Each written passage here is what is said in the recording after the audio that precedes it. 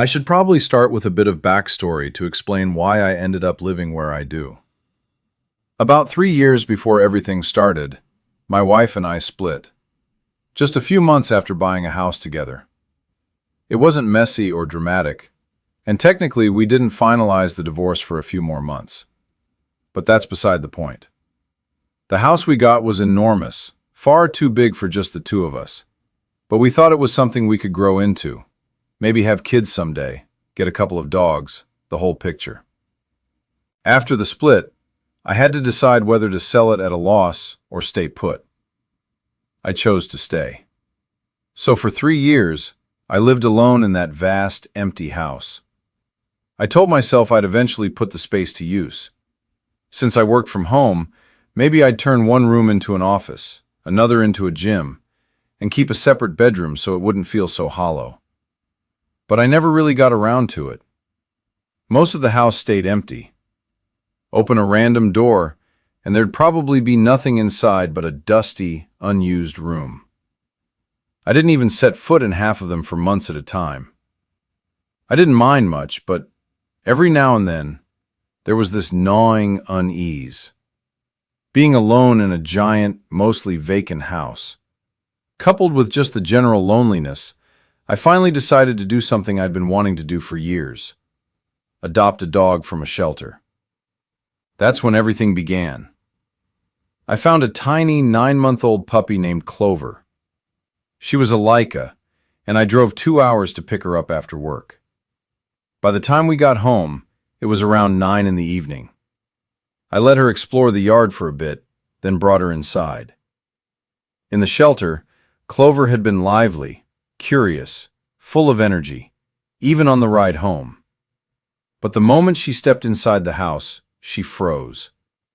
She became timid, hesitant, like the walls themselves were unfamiliar and intimidating.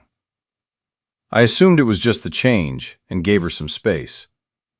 She wandered around for a few minutes, sniffing at corners and doors, before hopping onto the couch with me. She curled up in my lap like she was afraid of something, though I had every reason to think it was just normal puppy anxiety.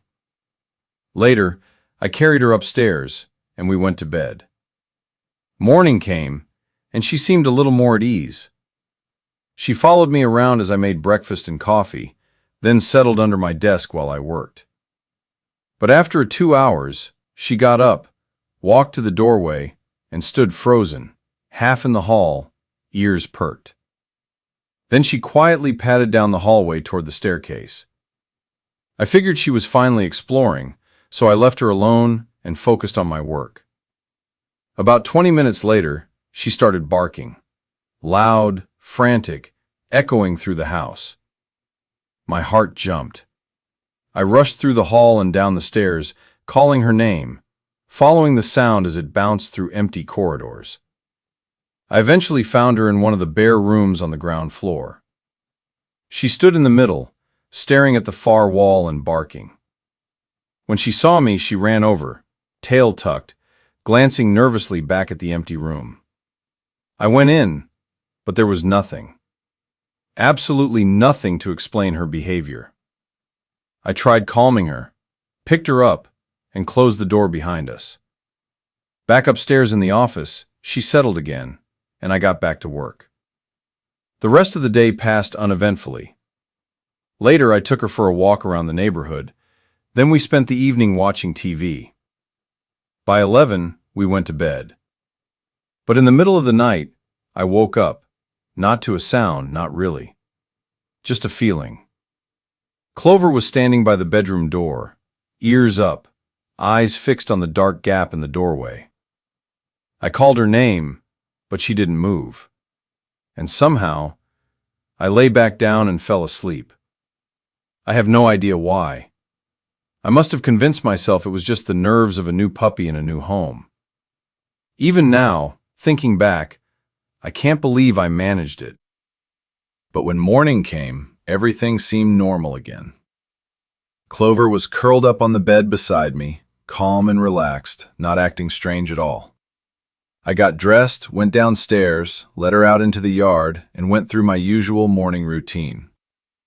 When she came back inside, we headed upstairs together. Just like the day before, she settled beneath my desk while I worked. Every so often, I leaned down to check on her.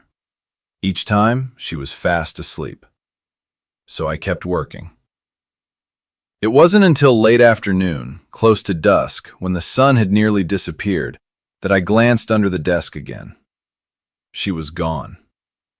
I looked around the room, thinking maybe she'd moved to another corner. Nothing. She must have slipped out without me noticing. I shut my laptop and stood up, calling her name as I stepped into the hallway. No response. I didn't hear her nails on the floor. No barking. No movement at all. The house felt unnaturally quiet. "Clover?" I called again. My voice echoed through the empty rooms. That's when the unease hit me. I started down the hallway toward the stairs, my chest tightening with every step. There was no sign of her anywhere. The silence was so complete I could hear my own heartbeat. I turned down the hallway that led to the empty room downstairs, the same one from the day before. As I approached, I noticed something immediately wrong. The door wasn't fully closed. It stood slightly ajar, and I knew for a fact I hadn't left it that way. I pushed it open. Clover was in the far corner of the room, trembling, facing the doorway. She looked terrified, like she wasn't alone with me anymore. A sudden instinct told me to turn around.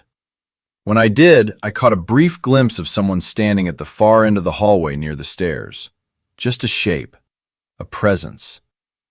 I backed into the room, slammed the door shut, and locked it, rushing over to Clover. Seconds later, quiet footsteps echoed down the hallway. They stopped right on the other side of the door. Clover whimpered softly, still frozen in the corner, eyes locked on the door. I couldn't move. I could barely breathe. I stood there, waiting. The person outside didn't touch the door. After a long pause, the footsteps turned and slowly retreated down the hallway. No panic, no hurry, just calm, deliberate movement. That scared me more than anything. It felt like they knew exactly what they were doing, like this was intentional, like they had come here for a reason. I didn't hear anything after that. I stayed in that room with Clover for what felt like forever, probably close to 1 hour, unable to force myself to move. When I finally opened the door, the hallway was dark and empty. At the far end, the front door stood wide open. Hoping that meant whoever it was had left, I ran upstairs to grab my phone and call the police. As I moved through the house, I noticed several doors standing open, doors I always kept shut. Phone in hand, I rushed back downstairs and stayed locked in that room with Clover until officers arrived. They searched the entire house and the land surrounding it. They didn't find anyone. But they did find evidence. In one of the upstairs rooms, right next to my office, they found signs that someone had been living there. Random belongings, makeshift arrangements. It looked like they'd been staying there for a long time. Worse than that, it appeared the person had been sleeping inside the closet during the day, hidden, then coming out at night to move around the house, leave, or come back without being noticed. Bringing Clover home must have changed everything. She could sense someone else was there. It explained the night I woke up to find her staring at the bedroom door. He could have been walking just outside while I slept.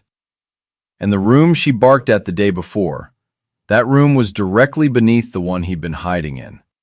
She must have heard him moving overhead. After everything was over, I sold the house. I moved somewhere smaller, somewhere I could see and hear everything. Clover came with me, of course. She's been happy ever since, just as energetic and carefree as she was the day I brought her home from the shelter. No anxiety, no fear. But sometimes, I still think about the fact that they never found him. And no matter how unlikely it is, I don't think I'll ever fully forget that.